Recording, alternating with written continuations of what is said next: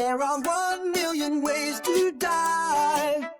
We just wanna talk about it. Codeheads. Well, here we are back Here on we are. Codeheads. And we were last time we were doing our kind of initial feedback, thoughts, feelings Mm, on the AJ guidelines for 2025. Want to kind of do an overview, breaking it down just a little bit on what's new, why it matters, what we're feeling, what it means for rescuers. And we just did, I think we got a little bit deeper than we wanted to, but we are just doing initial thoughts and feelings, and we are going to do deep dives subsequently. So we just wanted to hit a couple more of our biggest topics that we kind of resonated with us, and then we're going to get into them deeper next episodes. Mike, yes. community, well, healthcare disparity, I should say. Community CPR, healthcare disparity, health equity. What are our thoughts and feelings on that?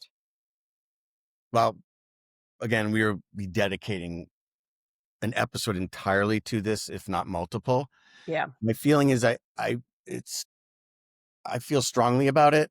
Mhm. Disparity of care due to multiple reasons, socioeconomic disadvantage, location.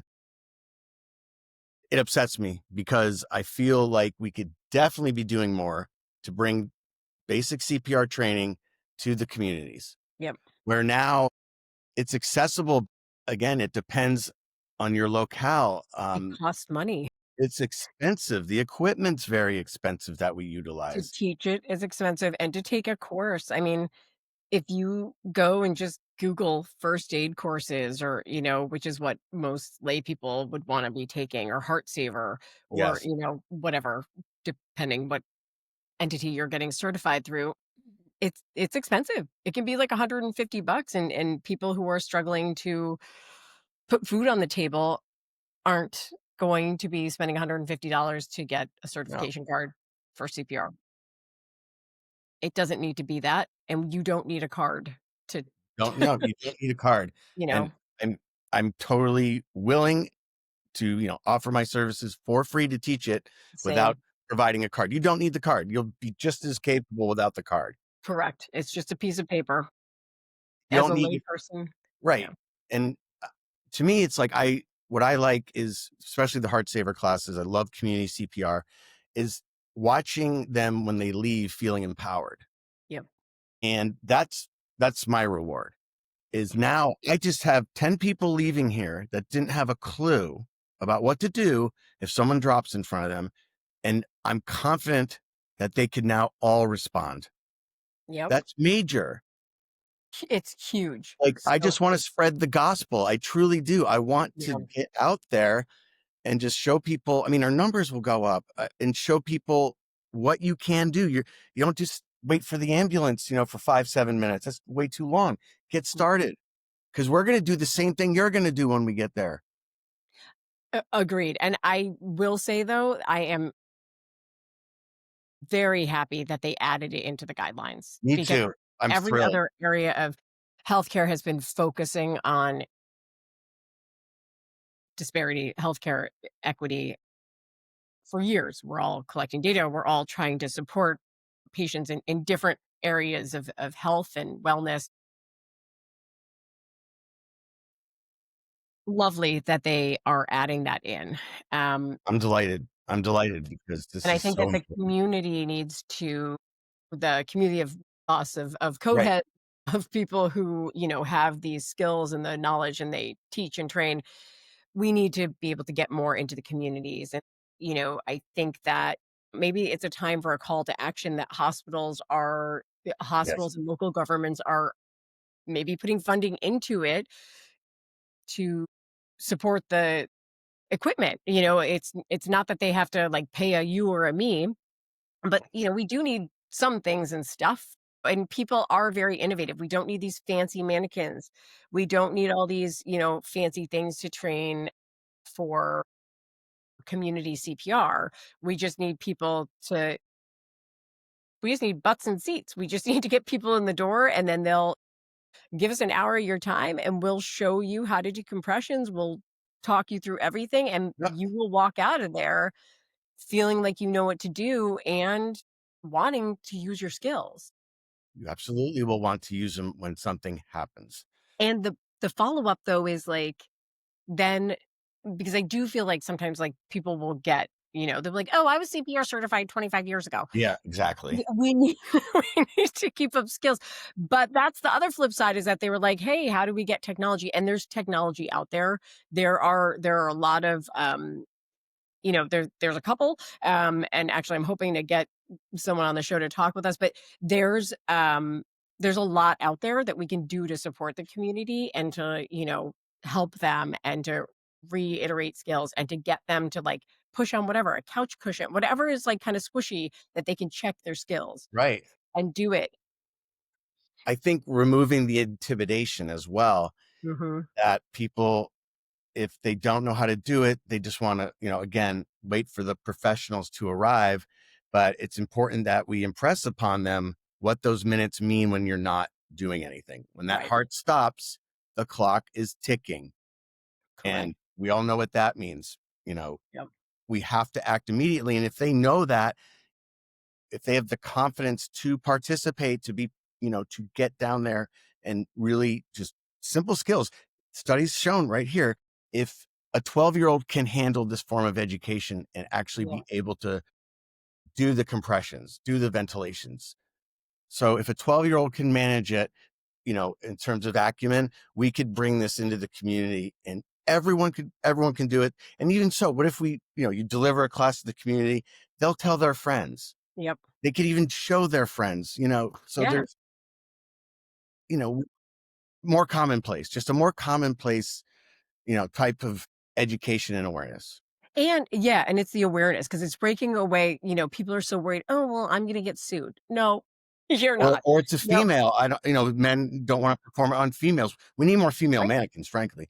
But Oh, you know, there's a thing you can get to actually put on mannequins that gives it we'll breasts. do it because Yeah. I've never used that. And I think that's another reason people are hesitant to approach. Yep, because and they don't wanna take the tops off to, like, then place the No. AED, and it was funny because I'm teaching a course and I was saying, females in public that perceived females in public tend to get delayed CPR if Yes. any at all by bystanders. And then, people are not, delayed if not at all using the AED. And they were like, why? And I was like, well, they have these things called breasts. They all stared at me. They were like, seriously? And I was like, yeah. I said, people don't, and I said, Americans are weird about nudity. Like, rip that top off. Like, You got to I expose can everyone. guarantee you, I could care less. If I'm in sudden cardiac arrest, rip my clothes off. Don't You care. got to find your landmark. You How you, got you it. know, how you And gonna I want you to save my life. I don't care who sees my boobs. Couldn't care no. less. So Really. absolutely, absolutely. This, yeah, this is something I'm quite passionate about, and I look forward to Agreed. really looking for really tangible ways, not just talking about it in theory, about No, but getting really, this into these yeah. communities where, they deserve it. Frankly, they deserve it as much as anyone else. Yep. And let's Because empower them all. being able to save a life should not be just for the privileged. Like Right. there's too much that's like, oh, that's your privilege. That's your and I agree with that. This is not something. This is a skill that everyone should have because Mhm. everyone can be in an emergency situation. Anyone can drop of sudden cardiac arrest. Kids playing sports, they should have access to AEDs. They should know how to use them, and they should be able to do compressions. And that's the bottom line. Yes. Mhm. And yeah, and we're period. Period. Here. Amen. We're done with that. Get to it later, but we're done with We it will for talk more. Yeah, we'll talk more about that later. what else we But got? well, I think kind of broaching off that, I think we wanted to talk a little bit about the opioids, the Narcan. Yeah? Okay. I'm just gonna turn to that page, a little unprofessional, I know, but Okay. I have I have a take. Actually, I'm not gonna look at the page. This will be Okay. really quick diatribe. So my take is, and people are gonna say, I'm very all right, we give breaths because they're in respiratory failure. They're breathing about 4 to 6 times per minute. So we need to give them Mhm. breath, pardon me. And we need to give them Narcan. Yep. So One thing, though, that I find is not incorporated into these classes, and I'm talking about the lay rescuer. Mhm. So they're encouraging the lay rescuer to provide rest and to administer Narcan. Yep. That's great. I'm all for it. That's the spirit of the guideline is absolutely correct. However, what I emphasize in my classes, but it's not done routinely in other courses I know, is the safety factor. All Mhm. right. You need to be prepared for what you're entering into. These are often volatile scenes. I've seen it hundreds of times. We are offering a medication that is an opiate antagonist. It's going to immediately take them, if they, revive, Right. immediately take them away from this blissful paradise and into this world where, they're hypoxic, they're cold, they're nauseous, like an immediate reversal. It's stunning. You're surrounded by people you don't know. You do not know how these people are going to act. Yep. Okay? Safety. Mhm. There are needles. They don't mean to leave needles around, but they're there. They're underneath. They're to the side. I've been stuck because I was, too careless. So Mhm. seizures, violence. I mean, this really needs to be part of the classes, the situational awareness aspect. So I appreciate the widespread campaign. It's on billboards here in my town. Step up, save a life. Absolutely. Let's step up with, the knowledge about Yeah. what you're entering into. PPE. Do you have gloves? Like what? I mean, there's so much to be concerned about. So I don't want people to think, oh, Mike, you don't want to help these people. Yes, I absolutely do. However, it's important for me to communicate what you're walking into or potentially walking into. And I think there's you're spot on. And I always, you and I have taught a lot together, and I do the same. I'm on the same soapbox as you when I'm teaching, is that you need to be, look out for your own safety. And that includes needles. And that includes, like, you know, even if someone's choking or whatever, people can be violent. Like, you can, if someone is choking and you're saying, I'm going to go help you, and then they start like flipping out on you, you say, okay, I'm going to Biting wait you. till you stop breathing then, and then I'll do compressions. We can do it, Yeah. one of two ways, friend. And then the same with an OD. Like, if you give Narcan, all of a sudden they are in immediate, that whatever they took, that opioid is gone, and it's only for, Oxygen you deprived know, brain, yeah, very angry. Not yeah, a happy they brain. go to that flight, fight or flight, and they're gonna, like, well, most often And, they're and gonna fight. But flip side, I think, is what, and again, this is where it's a sticky wicket, because there's always the two sides, is like, there's a lot of, there's a lot of kids that, might be thinking they're taking one thing and there's fentanyl in it, and then they OD. And so there a risk that they might not have, they might have snorted something, they might have ingested something. They're not taking it as like an injectable in, like, correct. like on the side of a street. So Right. that's where, there is still the risk of safety, that they're gonna, wake up and become, they're gonna fight. But so there are some safety aspects there as well. But I think they wanna take the stigma out of, like, people having Narcan and using Narcan, and, like, on loved ones, on friends, if you're, if you're out and you're at a party, because that's where things are happening and kids are running away. It's happening more and more that there is, uh, a lack of knowledge about what people are taking, and Yeah. it's unintentionally they're taking opiates that they are then, you know, um, passing from or ODing on, and not getting, not getting Narcan at times. So I think there's, the both sides. You're right. I think absolutely, if you're gonna walk up to someone that you don't know on the street and you're like, "Hey, I got Narcan in my pocket," I'm gonna, you look like you're ODing. I'm gonna give it to you. That is what's happening because it's so Correct. easily, you can get Narcan anywhere, and that's great. There's actually, where I live, there's Narcan boxes, like, in They're in the parks and shelves. streets. Yeah, like, just there's AEDs and Narcan, and it's, which I'm like, "Oh my gosh, this is amazing." Yeah. Just like an AED, it's a weather safe Narcan box, Interesting. and it alerts, right? So they know when you're opening it and taking it, so that it's being used in whatever, not for, like, narking purposes, but so that they can refill it and send rescuers, so it automatically calls EMS to come and support. But, it is, yeah, but I think that there is a safety impact that is pretty large. It needs to get equal attention. The safety I aspect needs agree. to be emphasized, and people need to be aware. That's all. Yeah. Everyone wants to save a life. Who doesn't? Get it, I'd be excited about it. However, it just, like I've said it enough, but we just need to emphasize the safety. And one other thing is breaths concern me with this population. If you're doing mouth to mouth with any population, really, because you got to concern yourself. I mean, communicable disease is obvious. However, what people don't know at the lay rescuer, the community CPR classes, is emesis, which is vomit, fancy term for vomit. So you have vomit, potentially blood. You don't know what might happen. It might look okay, and you put your mouth on them, and Oh, I mean, anything that from scares it. me so much because Lung butter.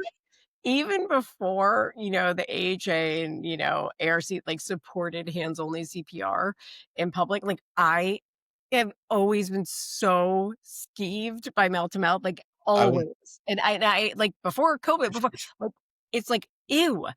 I've done yeah, mouth even to mouth before with my daughter. COVID, Yeah, like, and then I COVID came, and it was like, don't even go near the person. oh, yeah, then it was like, yeah, then it was not even then I But was like, "Thank goodness I don't have to even." But I remember being, like a younger nurse and out running after a night shift, and I remember someone being like, "Oh, call whatever," and so I'm like, "Oh," so I run over and I'm like, "What's up?"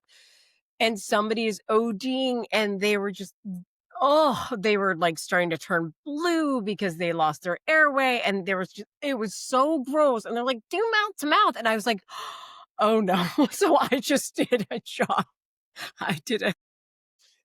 lift, and I opened it right? up, and he started to move some air. I was like Yeah, and it then just and then, EMS came and they bagged him, but I was like, "Thank it goodness." doesn't look like a mannequin. Our mannequins are clean as a whistle. Oh, yeah. So that's not Mhm. what you're putting your mouth on. No, no, no, sir, and And I have no interest in doing that. just secondly, or thirdly, wherever I'm at this point, I don't want it to just say, give breaths. That's an elective. That's up to the Right. person that is approaching the scene. Okay, I was told to give breaths to Narcan. Does it just, it's up to you. I elect not to. I I mean, elect to not do it as well in that full situation. disclosure. And again, mouth to mouth, we could talk about in another episode. You have to Whoa. appreciate the context of the situation. Will I do it? Yes, I will. And I'll explain in which circumstances Right. in another pod. But Yeah. in this case, hell no. Mm-mm. Unless I have a BVM and PPE and my scene is safe. Agreed. So that's that. And then I think our last thing that we wanted to touch on just for Oof, this, like, so much. recap, our initial thoughts was TTM. Oof, that's a biggie. We better A be oof, big, big ball of wax. major there. We're in. Just our initial thoughts, I think, for the last couple of minutes is just because I think Mike and I kind of agree and kind of disagree. I think it's our second kind of codehead disagreement a little bit. But when the TTM2 study came out and 2021. people were like, "Oh, great, we don't have to cool anymore." And so Yeah, people that's all stopped done. doing it. Yeah, in the US and whatnot. I erred on the side of no. Not I feel like it's No, I'm comparing with you on this. I'm with you. apples to oranges. Yeah, we did talk about it a little bit, but offline.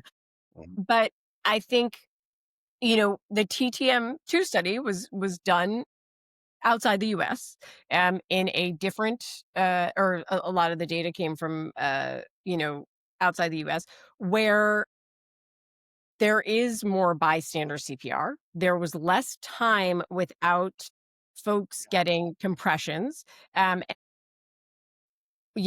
So when they got ROSC, they were able to, there was just less time off the chest. So there was more compression, there was more circulation. Then, they got ROSCs, they were able to, come in, whatever. Perfect They code. kept them normothermic, great. Mhm. But in the US, we don't have as much bystander CPR. We have a lot more time. We've discussed a myriad of Totally. reasons why we will continue, but I just think it's comparing apples to oranges. We were having pretty good outcomes in the US when people were pretty standardly using cooling post arrest. And then all of a sudden people stopped. And now we're seeing a flip where, like, I think I told you the other day, there was a patient that was febrile. And they're like, well, we're not cooling. And I said, well, Right, right. it We don't doesn't do mean that let anymore. them burn up, man. That means, like, keep them normothermic. But, Right. you know, It's just when we're having good outcomes, I kind of take umbrage with all of a sudden just No, stop pulling the e-brake and changing all of our protocols. Even though it is a seriously. large body of research, I'm not married to, again, all the time. I think it Well, should be at least make situational. yeah. No, and we are not in disagreement. We are absolutely in complete accord with this topic because what are we trying to do ultimately with our ROS patient? Reduce the risk of ischemic reperfusion injury and meticulous avoidance of fever. So whether you're going for targeted normothermia or targeted hypothermia, the end result that you're trying to achieve is the same. Yep. And I'm with you. I don't want to throw it to the wayside. There's, in my opinion, a time to do it. It all depends. But like you said, it's like when you put out a statement, so to speak, an e-brake. I like the way you stated that. We don't cool anymore. So but they're hot as hell. Like we need to maybe cool them a bit to get them normal thermic. Normal thermic doesn't mean no, we're not going to cool them. Like Yeah. we And need to now cool them. all these Arctic suns are just sitting there and, Yeah, collecting dust. It's similar to mechanical CPR, like the way we talk about it. Mhm. I'm not going to that topic, but the way it's like, no, we don't do that anymore. Right. Like it really requires a lot more, a more thoughtful approach. Yeah. And that's why we exist here. We're trying to break that down, We are. Yeah, we are. We're gonna break it and we down. want community feedback as always. Yep. And so we want your thoughts, we want your opinions, and we're gonna deep dive into all these topics coming up soon. So thanks for being with us, Codeheads. Thank you. There are 1 million ways to die. We just wanna talk about